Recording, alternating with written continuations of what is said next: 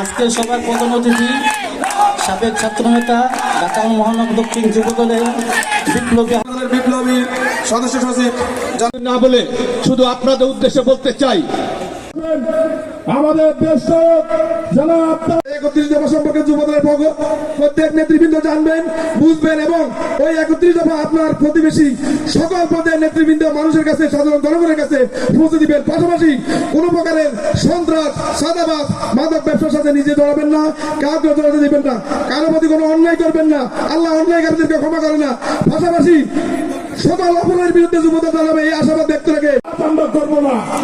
আমরা ধৈর্য পালন করেছি, আরো ধৈর্য পালন করবো। এই যুবদল হবে সবচেয়ে বেশি শক্তিশালী, সবচেয়ে বেশি শৃঙ্খল, সবচেয়ে বেশি নির্দেশ মেনে আমরা রাজপথে থাকবো।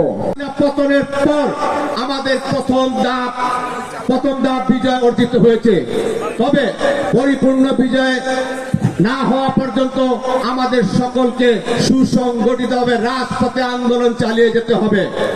রাষ্ট্রের ভালো মন্দ রাজনীতিবিদরা বুঝেন, তাই অন্তর্বর্তী সরকারকে অনুরোধ করব, কালক্ষেপণ না করে নির্বাচনের পথ তৈরি করুন।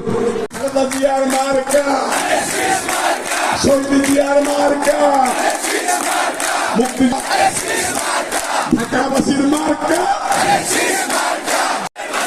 ভোট দেবো বৈঠকখানে, তোমার আমার মার্কা পিছন, গণতন্ত্রের মার্কা, উন্নয়নের মার্কা, চরক বলো মার্কা, মুরব্বী কাকার মার্কা। ছাত্রলীগের ভিতরে নেতাকর্মীদেরকে রেখে এখন নিজেদেরকে আত্মপ্রকাশ ঘটাইতে চান। আপনারা গুপ্ত দলে পরিণত হয়েছেন, আমরা গুপ্ত দলে পরিণত হই নাই। আমরা নির্বাচনের মধ্য দিয়ে, ভোটের মধ্য দিয়ে 3 বার ক্ষমতা এসেছি। কয়বার? বেগম খালেদা জিয়া বাংলাদেশে সংখ্যাগরিষ্ঠতা নিয়ে ক্ষমতা এসেছে। এই আসলে সাদেক হোসেন খোকার সাথে শেখ হাসিনা ভোট করছিল, ফু ফু ফু ফু দিয়ে উড়াই দিয়েছিল সাদেক হোসেন খোকা। গেরিলা যুদ্ধ, হাসিনাকে ফু দিয়ে উড়াইছে, পাকিস্তানিদেরকে উড়াইছে। সেই নেতার কর্মী আপনারা, আপনাদের কি গায়ে বল নাই? আপনাদের কি মুখে মধু নাই? এই মধুর মধ্যে দিয়ে, এই গায়ে জোর দিয়ে, রাজপথে পরিশ্রম করে, মুখে মধু দিয়ে, ভালোবাসা দিয়ে ধানের শীষের প্রতীককে জয়যুক্ত করবেন, পারবেন না? তাহলে আমরা ধন্যবাদ জানাচ্ছি জননেতা জনাব ইঞ্জিনিয়ার ইশরাক হোসেন ভাইকে। আরো কৃতজ্ঞতা প্রকাশ করছি আমাদের ওয়ারির পুরান ঢাকার কৃতি সন্তান জনাব হামিদুর রহমান হামিদ ভাইকে। আরো কৃতজ্ঞতা প্রকাশ করছি আমার রাজনৈতিক অভিভাবক, আমার রাজনৈতিক গুরু জনাব জনতার কাউন্সিলর জনাব সাব্বির আহমেদ আরিফ ভাইকে। আমি আরো কৃতজ্ঞতা প্রকাশ করছি আমাদের যুবদল কেন্দ্রীয় সংসদের সাবেক সহসভাপতি জনাব গোলাম মুস্তফা সাগর ভাইকে। আমি এই প্রোগ্রাম সফল করার জন্য যারা অক্লান্ত পরিশ্রম করেছেন, বিশেষ করে ওয়ারিখালা যুবদলের সাবেক সদস্য সচিব নাহিদ হোসেন ভাইকে কৃতজ্ঞতা প্রকাশ করছি।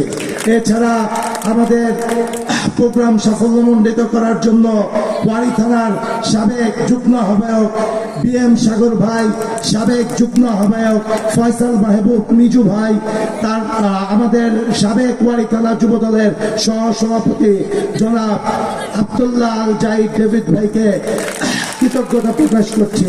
থেকে যুদ্ধ শুরু হলো না কেন? 26 মার্চে যুদ্ধ শুরু হলো। এই কয়দিন কেন যুদ্ধ বন্ধ ছিল? সেদিন পাকিস্তানের যখন 25 মার্চ রাত্রে বাংলাদেশ উপর আক্রমণ করলো, সেদিন ঘরে বসে থেকে পাকিস্তানিদের কাছে শেখ মুজিব আত্মসমর্পণ করলেন, আর নাসিম আমো তোফায়েলরা দেশ ছেড়ে ভারতে পালিয়ে গেল। পালিয়ে গিয়ে কলকাতার বিলাসবহুল হোটেলে রাত্রি যাপন করলেন, উচ্ছ্বাস করলেন, উৎসব করলেন।